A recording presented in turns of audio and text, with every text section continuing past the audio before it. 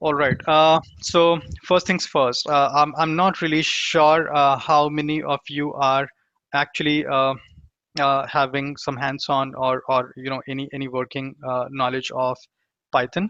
But for people who are not, what I will do is let you know how you can actually get started on Python really quickly without you requiring any installation or any setup, right? So there is a tool named Google Collaboratory, which is provided by Google, and that's what you can use to get started really quickly.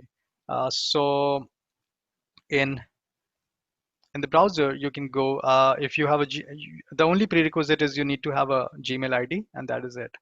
Uh, so what you need to do is you need to go to this URL collab.research.google.com uh, and then just hit enter. So what Google guys have done is they have created an environment for you where you can actually write your Python code, and all of the code that you create, it can be easily linked with either GitHub if you have an account already, or you can actually save all of them in your Google Drive. So it has an integration with Google Drive, or you can actually uh, keep these files locally as well. So you have all of these variety of choices. The good thing is you can just like I said, go to collab.research.google.com and just create a new notebook, and you are good to go. That is it. You do not need any local installation. You do not need anything. So I'll quickly let you know. Here you can actually name your file and just hit save. This is for now, like you see this icon saved in Google Drive, you can also save it locally. What you can do is you can write your Python code in here, and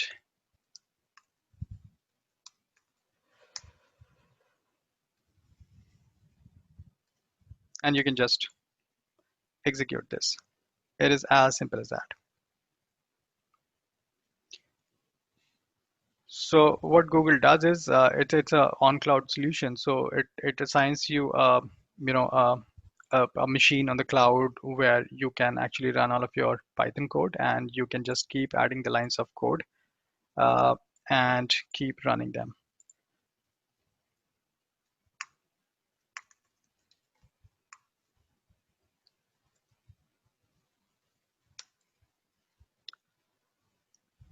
That is it. As simple as that. You add more lines of code, and you can actually keep doing that for whatever you want to do. This selects this actually supports multi-line as well. So do not think that you'll need to actually add new snippets of code in every add snippets of code for each line. That is not true. You can actually do multi-line as well. So this is how you actually get yourself set up. And why I'm telling you all of this is because you will need to, we will be sharing the Python notebook, which I've used uh, to showcase the charting options in Python so that you can actually run them for your practice as well. So first things first, I mean, how this idea of how this idea came into being, where we wanted to show you how to chart in Python. So the idea was very simple, and it was definitely not to do any kind of a comparison between the capabilities that W exhibits versus the capabilities that Python exhibit. That was definitely not the idea. Uh, as people, as professionals who belong to the data space, we should be uh, aware of what other tools, what other technologies are available, which lets you do similar stuff. And Python has a very good, very rich library in terms of Matplotlib and Seaborn, uh, which lets you chart really quickly. Uh, I'm not promoting that you should be using Python in this case and not W at all. That's not what the message is. What I'm saying is, once you know, then you know which is easier for your specific needs, right? If you were to do exploratory data analysis, and that's something which you need to do or maybe want to automate, Python would be one way of doing that. If you really want to do it in Tableau, then all of these needs to be like rebuilt based on how the data set is, and you cannot really automate it there. So that's one flip side. But then there are specific things which Tableau does really beautifully, and then there are specific things which Tableau does beautifully. And once we know both of them, I think what happens is we empower ourselves more as professionals, and that is the whole idea of me doing this session today. So let me get started with this. What we are doing here is importing a few libraries in here. If this is your first session where you're getting a hands-on on Python, then a lot of these may not make sense to you. But then if you have ever programmed in any language, let's say Java, in your academics or what, then you know that the first things that we need to do in programming language is import the libraries that we want to use. So the two libraries that we are going to use today is Matplotlib. This is a standard library which comes uh, in every package of or every version of Python. And the other one, which is a slightly enriched one, is Seaborn. That's something which comes bundled with some of the Python versions. In others, you need to actually install it separately. And what we are doing is importing both of these libraries. Uh, in addition to this, we are also importing pandas. Pandas is a standard library that lets you manipulate with data tables, which we call as data frames in Python. So how can I execute this line of code? There are two ways. You can either click on this run cell using your mouse, or you can just do Control Enter, and it'll just execute the code. I have already executed this piece of code, so I'm just skipping this for now. What it is doing is it is mounting my Google Drive uh, so that I can read a data file which is saved in my Google Drive. I'm not doing this here in this session with because of the reason that it redirects me to my Google account, generates authorization code, which I'll need to copy and put it here for this line to finish. I've already done that, so that is not a requirement. The other thing is all of these are getting recorded, so I definitely not want my authorization code to be exposed on a public forum.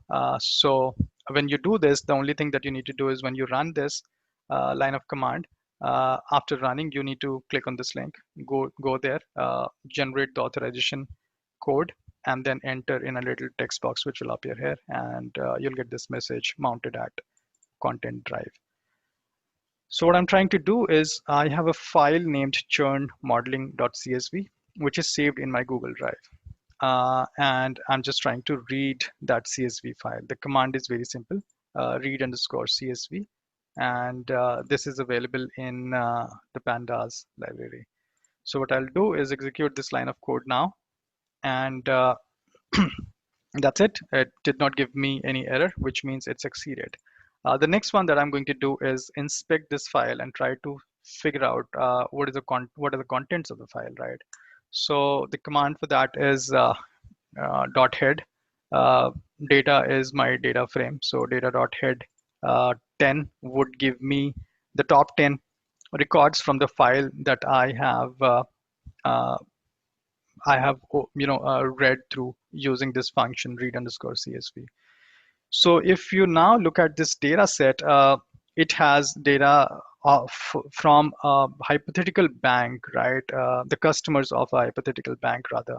So what it shows you is customer ID for these customers. So one row of record is representing data for one customer. So we have customer ID, the surname for that customer, the credit score for that customer, the geography that customer belongs to, the gender, age, tenure is the total number of years the customer has been a customer to the bank. The balance maintained by the current balance maintained by the customer, number of products that the customer has. So it may be the case that the customer only has a savings account, but then another customer may have a loan as well as a credit card on top of the savings account, right? So the total number of products that customer has is is using from the bank, does have a credit card or not, one or zero. These are flags. Is an active member based on recent transactions. Estimated salary, really don't know how a bank would know unless you hold a salary account with the bank where they can actually know how much of a salary you're getting every month.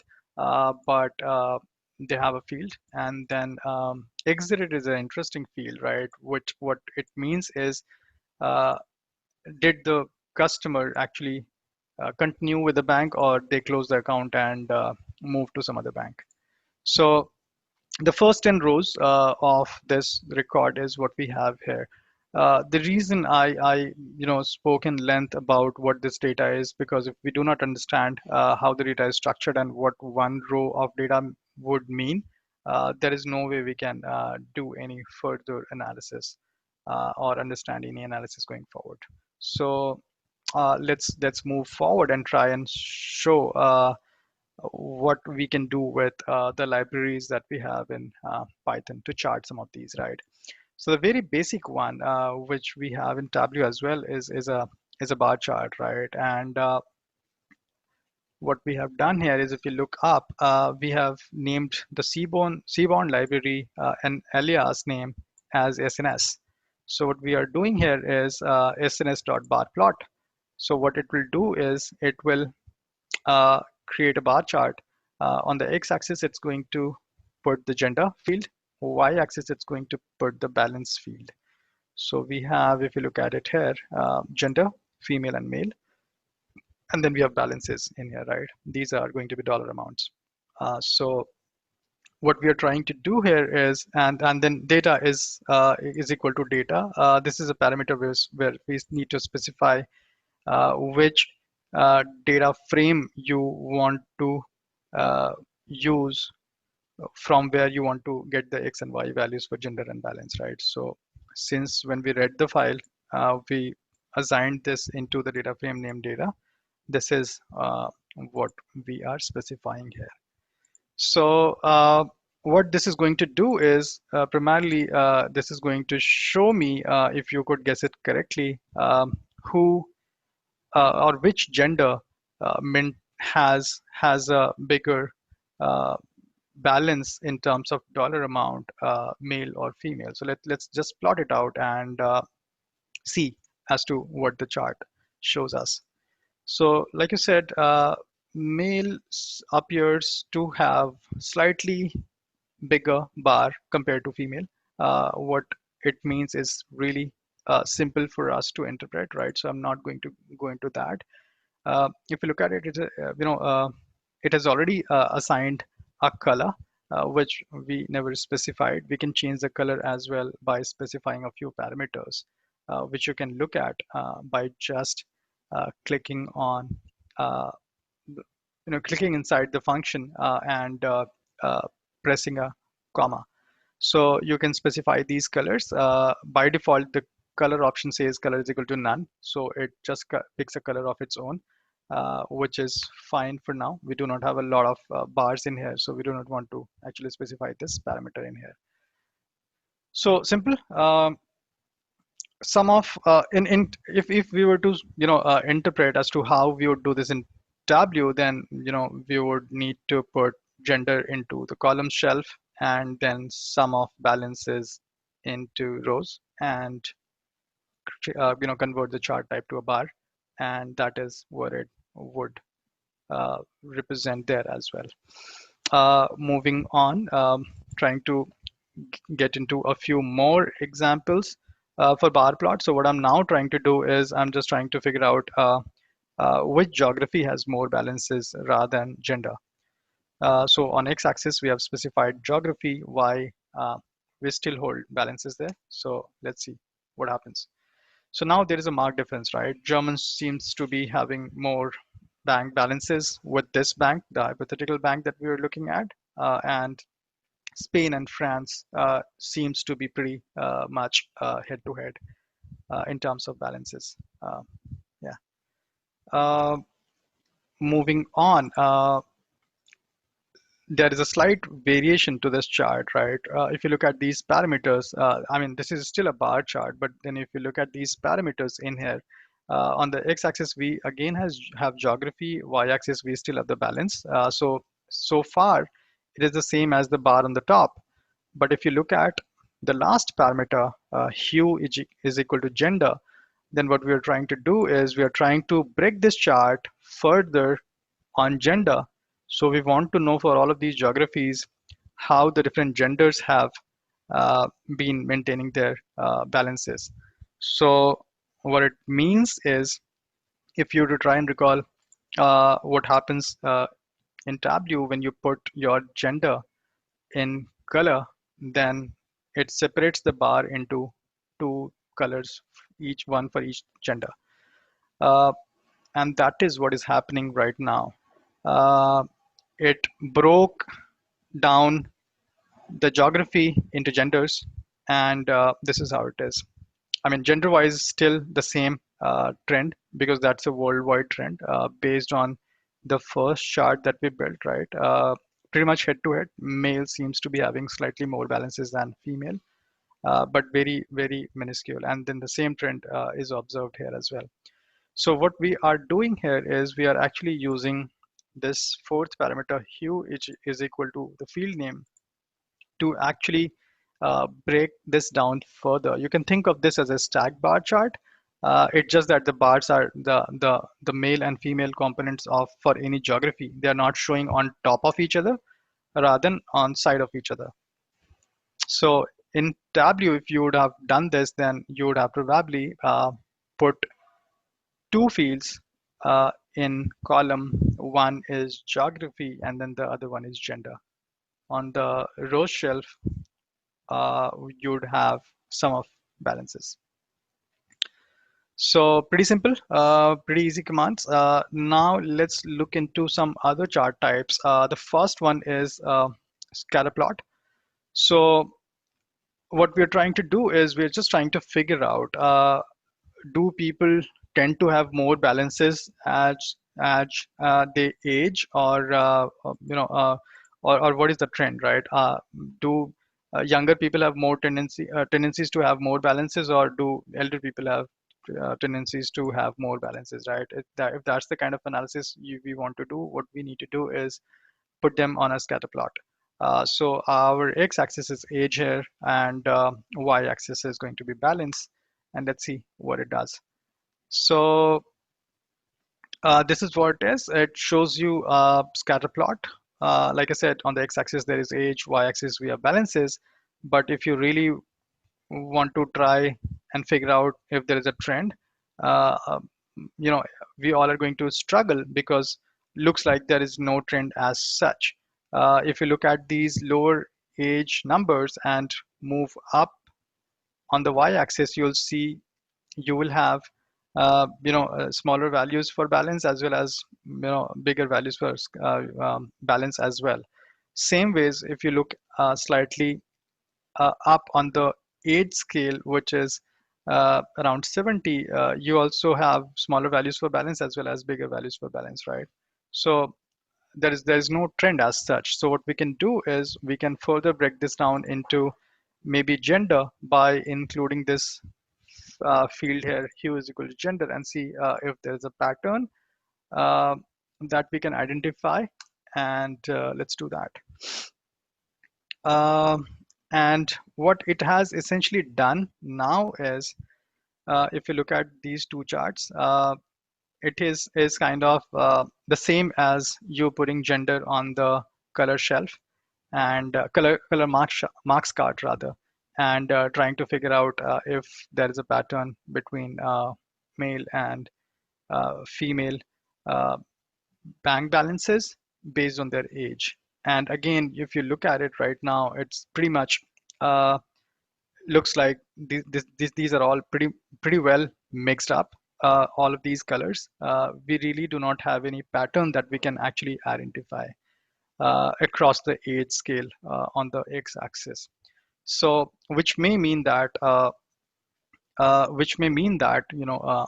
age groups are actually saving similar amounts of money and having them in their bank in their banks as outstanding balances. So that is what we can do with scatterplot. If you look at the function itself, these are pretty self-explanatory. For bar plot, we had bar plot. For scatterplot, we have scatterplot. So moving on to the next one, we have a LM plot, right?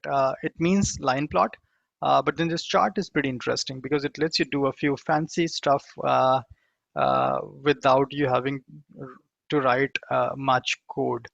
So what I'm trying to do here is, and this is going to be almost the same as a scatter plot, let me tell you that, right? So what I'm trying to do is, again, I'm taking the same fields like it took earlier, age and balance. So on the x-axis, I have age, and on the y-axis, I have balance, right? Uh, and then I have hue as gender as well. But then there is this additional field, option or parameter rather that I have uh, set as false, and that's something which is I'm going to explain you now. So if you look at this chart, let me just remove this. This is going to be not much different than the chart on the top. Uh, and you will not be able to identify much patterns in here. So what I've tried to do is I have tried to limit the data to just top 50 rows and limit the data so that we can actually make sense of uh, the dots in some manner. And what I've done is I've only selected the top 50 rows by putting in data dot head 50, similar command that we used earlier to show the top 10 records. So now what it is trying to do is again show me for the top 50, the first 50 rather, the first 50 records, how are their balances placed, right? But then it still looks like uh, scatter plot, like a simple scatter plot, and does not let me figure out the pattern myself. Uh, but if you actually uh, change this parameter value, which is fit underscore reg is equal to false to fit underscore reg is equal to true, then this is where uh, this gets interesting. If you look at the dots on the chart, this is going to be pretty much the same as how it is on the chart on top. But then we have some shaded areas, blue and shades of orange. And then we have lines cutting through these shaded areas. Now, what are these? If you've heard of this word or this term named regression, which is one of the very basic machine learning principles or tools that we do to estimate numbers, then this line actually represents the equation to that model. If I were to simply explain you as to how to interpret this, what it means is uh, this is the best fit line. Uh, this is the best fit regression line, which represents the change in the data, right? So how is my data changing? On the x-axis, my age is increasing, and on the y-axis, if we go up, my balances are increasing, right? So if you look at this orange line, what it suggests is it's for male, right? So what it suggests is as the age is increasing, male have a tendency of having more balances.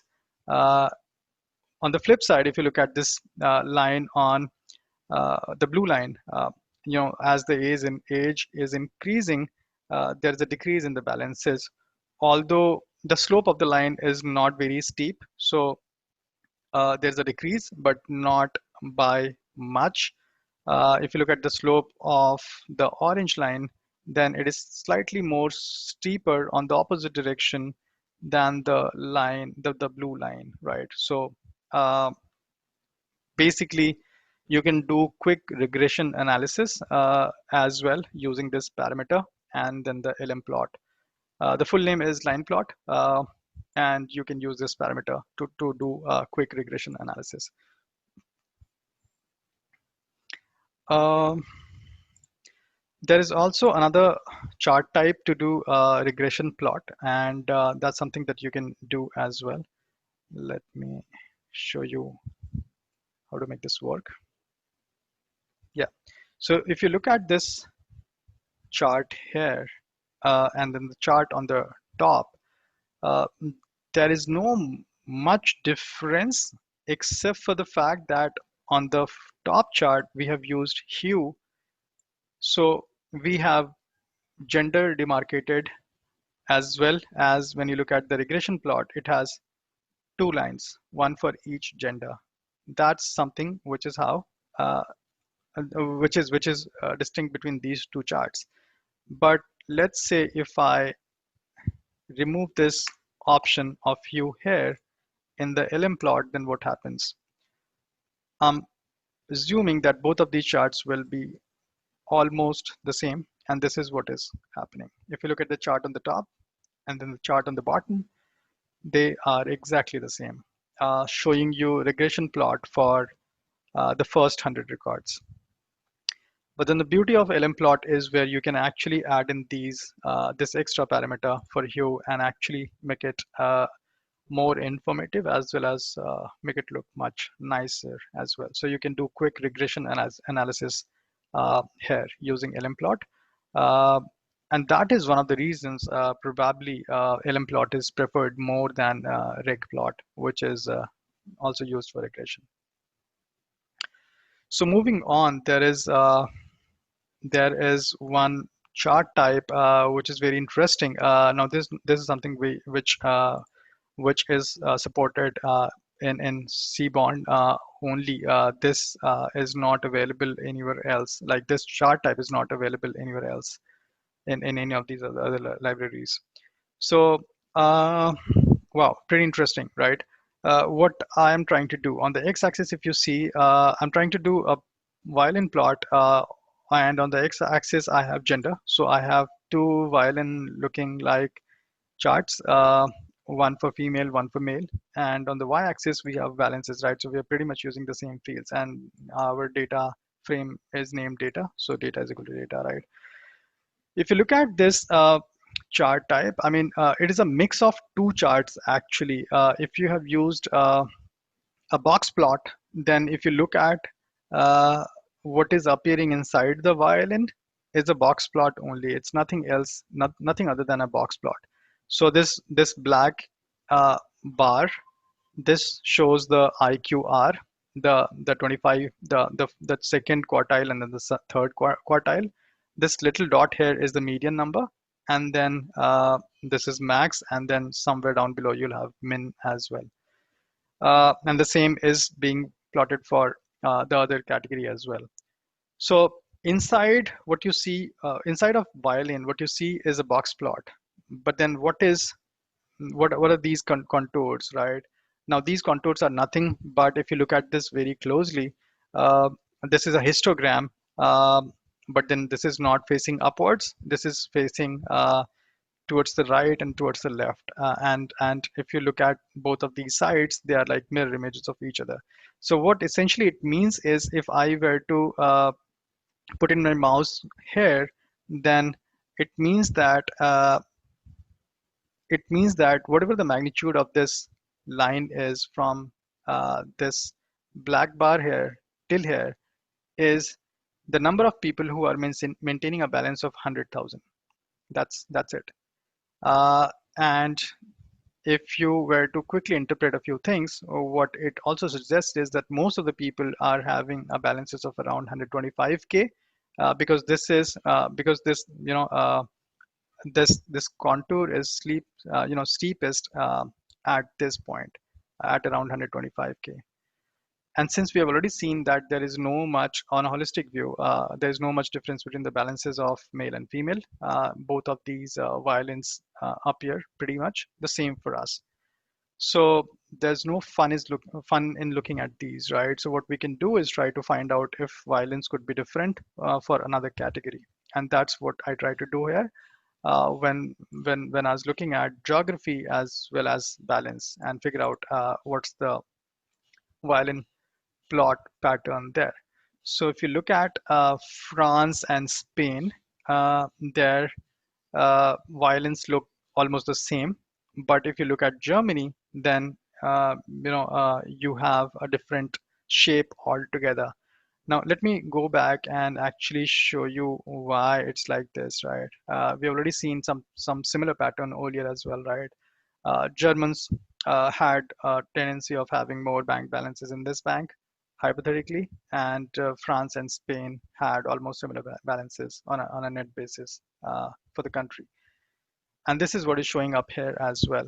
If you look at uh, you know the wing, if I may say so, of the violin for France and Spain, there are a lot of customers who are having balances of 0, and that is why it has a a wing, or a fin rather, uh, towards its tail. But then there is no such structure in here, which means uh, Germans do not have uh, a 0 balances. The minimum balances that they have is around 15,000 K uh, in this bank. And if you look at here, what appears to be the case is uh, that almost all of these three regions have the same amount of, you know, uh, so maximum people from all of these regions have, balances in the range of 125K, because this violin plot is the widest at this location. If you project it on the scale, it will turn out to be 125K. Same is true for Germany as well. All right. Talking about histogram, right? So, what a violin plot is, in a sense, it's a mix of two charts. The inside of it is a box plot, then the outside of it is histogram, uh, turned by 90 degrees, facing on the right side and the left side, and both of these sides are mirror images of each other. Talking about histograms, how do we draw histograms all by ourselves? This is going to be very simple. The command or the function for that is distribution plot. They call it distribution plot in Cbon. So you can just specify a field, and then you can get started with this. Now this chart is something which looks really beautiful, because not just it shows you the bins, the auto calculated bins, but then it also shows you a smoothened line which shows you the skewness in the data. So if you look at this, you can really, maybe not looking at the bars, but then looking at the line, the smoothened line, you can definitely conclude that it has some kind of right skewness on age, which means more younger people are, more number of people who are customers to this bank are younger than the older generation. So yeah, so this is what gets really visible when you look at this distribution plot. We can also look at this distribution plot with some other data items. The next one that I try to do is balances, and let's see what happens. And this is very interesting, right? Uh, Not something that we have not seen earlier. We have already identified these patterns in our other plots as well, right? So what it suggests is the majority of the people are having 0 balances in this bank. Now, are there other charts which hinted us at this? Let's figure out. If you look at these fins, these are broader. These are broadest actually, even broader than what we have here, right? Uh, Here, right? Which means there are more number of people having 0 bank balances for this geography, Spain and France, than people having 125K balances. And did you notice it here as well in the scatter plot? There are a lot of uh, zeros on the y scale, even on this x-axis, where we have age increasing, right? These are all suggesting that all of these are zero bank balances for many people, and these are just top 100 records, right? We are just doing this for top 100, the first 100 records, right? And we still have a lot of zero bank balances in there. This is what the histogram is suggesting here as well. Lots of zeros, and if you just leave this part or ignore this part, then the rest of the curve is pretty much like a bell curve, like a normal distribution.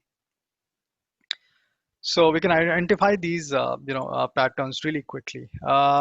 Let's quickly look at what happens to our credit score histogram, right? So that's what I've tried to do here.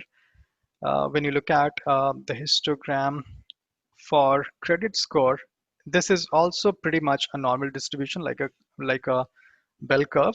One thing which is to note here is, and this is something which is like a standard concept. Wherever you see steep lines, either to the left side or to the right side, a bell should ring in your head that something is wrong. Uh, Either that the nature of the data is such that there is a pattern that you need to take a note of, or maybe there are some unit issues, currency issues, or issues in capturing the data. So what is likely to happen here in this case is there are a lot of people who are having a credit score of this maximum value. I can't really figure out what this maximum value is, but then I'm assuming this to be 850. But if you explore more, what is actually true is you cannot have a credit score of more than 850, which means if you have a credit score of more than 850, then it is capped at 850. And that is what explains um the length of this bar. So now that we know of what is the maximum value, chances are that if that was not the case, then it would have been broken down into smaller bars, leading to 900,000 hypothetically, maybe 1200. I really don't know. But then all of these are kind of getting accumulated in 850, and that is why the length of this bar is so high. So that is with distribution plot. One other thing that you can do with distribution plot is really make it look like a step, and I'll explain that to you in a while. First, show you how it appears. So instead of showing the bars of the bin as bars, what we can show is only show the outlines of them. So that it appears as step. And if you can look at it, what is not appearing here is the bar itself, just the outlines of the bar, the top outlines of the bar. How do we do this? We need to add as additional parameter hist kws, and here we need to specify hist type or histogram type as step. We need to specify the line width. So if you change this, then the lines will be much thicker. A 5 will be even thicker than a 3. And alpha is equal to 1. It's a parameter to control uh, the intensity of the color. So how faded or how dark the color would appear. So, I mean, you can play around with these settings. These are not really difficult to deal with. The only thing which is important here is if you really want your histogram to appear as a step chart, then you can add this parameter his type is equal to step in here, and that is what it is. Uh, okay, all right. So we're pretty much towards the end of it. Two more chart types remaining. I hope you guys have been enjoying the session so far and learning a lot. The next one is I'll show you we call it a heat map, right? And this is something which people who have already worked on Tableau would know what a heat map is, right? So I'll first show you how it appears, and then I'll explain you as to what the command looks like. So what I've tried to do is show a heat map between balance, and now I've picked a new field, which is tenure. So tenure is the number of years a customer has been with the bank, and balance is their current bank balance. So what it shows, what I'm trying to show is there a relationship between tenure and balance, right? Are people who are uh, having are people who are with the bank for longer duration, do they have the tendency of saving more or having more balances, or what is the trend there? So uh, the function that we have to use here is, of course, sns.heatmap. That is pretty explanatory, and we need to specify what is the data that we want to plot, and then we can specify uh, color map, RDBU. It sounds very complicated, but then this is short form for red and blue, RD red, BU blue, and you can change your parameters. So it is changing between shades of red and blue. If you look at the scale on the right, uh, right, so red is 0, and then the minimum value is red, and then the maximum value is shade of blue, and then the colors are changing based on the magnitude of the values. We can change this to whatever set of two colors. What is important to note here is we need to actually transform the data using this pivot table uh, function to be able to do this. And this is a prerequisite, right? And this is where we actually specify all of these parameters. So if you look at heat map function, we have not specified which column you want or which field you want on the x-axis, which field you want on the y-axis. That's not something which is happening here, which is pretty contrasting to the other chart types where we specifically specify uh, our two fields, right? So distribution plot is one field, but when you look at violin plot, we specify what goes in the x-axis, what goes into the y-axis. Same goes for LM chart as well. We specify what goes into the x-axis, what goes into the y-axis. But in case of the heat map, what you see is we do not have these parameters specified here. Instead, we are just passing a data frame, a pandas data frame, and this is being created using a pivot table function, where we are taking the first 100 records from the data set and specifying the values to be balance and index to be tenure. So index is nothing but the x-axis.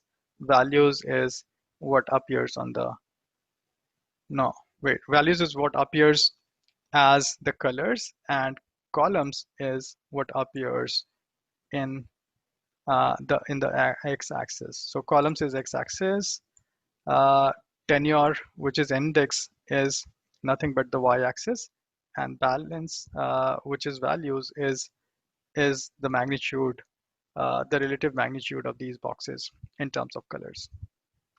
So that is how you actually plot a heat map. This is slightly a 2 or a 3-step process rather than a 1-step process for the other chart types. So this is an additional step. You need to actually create a pivot table using these parameters. One thing that you can actually also do is you can actually increase or decrease the uh, size of the chart to your liking. So what I've done is done a 30 uh, width and 3 units of height. What you can also do is you can do 20 and 5. So I'm reducing the width and increasing the length, and you can suit yourself based on what fits your need. You can also save the image by just right clicking on it and saving it to your file location. This is as simple. Uh, this is something which is true for any chart, by the way. You can just right click and then save. The last one, and this is a very interesting one, is a variant of scatter plot, but then it lets you do multiple scatter plots at once. And the name of the plot or the function itself is pair plot. So what it does is it takes multiple fields as input. So what I've done is credit score, tenure, and balances. These are the fields that I've specified. And what the pair plot is going to do is it is going to actually show you the relationship between all of these 3 fields with each other, taken 2 at a time. So how does credit score look like when uh, when what is the relationship between credit score and tenure? Then what is the relationship between credit score and balance? Then tenure and balance, and likewise. So let me just plot it, and it will become clear to you. You can specify, you can even increase it to 10 number of fields, right? So if you look at the chart below, uh, you have a credit score in the first row and credit score in the first column. So if you look at this chart, this is credit score versus credit score. So, if you move diagonally, all of these are going to be so the same fields, right? So tenure versus tenure and balances versus balances. So always in a pair plot, if you look at it, diagonally going down from top left, you will always have a histogram because you cannot plot a scatter plot using two fields which are same. When you do that, then you will have you cannot really plot it, right? You'll have overlapping dots maybe. So it will not make any sense. So what W does is in a pair plot, diagonally from top left to top right, it plots a histogram. But the interesting part is where the scatter plots are plotted right now. So when you look at this first row and second column, what is being plotted here is credit score versus tenure. So how does my credit score versus tenure scatter plot look like? This is an answer to that. And then the third one, third column, in the third column, we have credit score plotted against balances. So how pair plot is beneficial for us is we can actually create multiple scatter plots, and we can do a n cross n type of a comparison using a pair plot.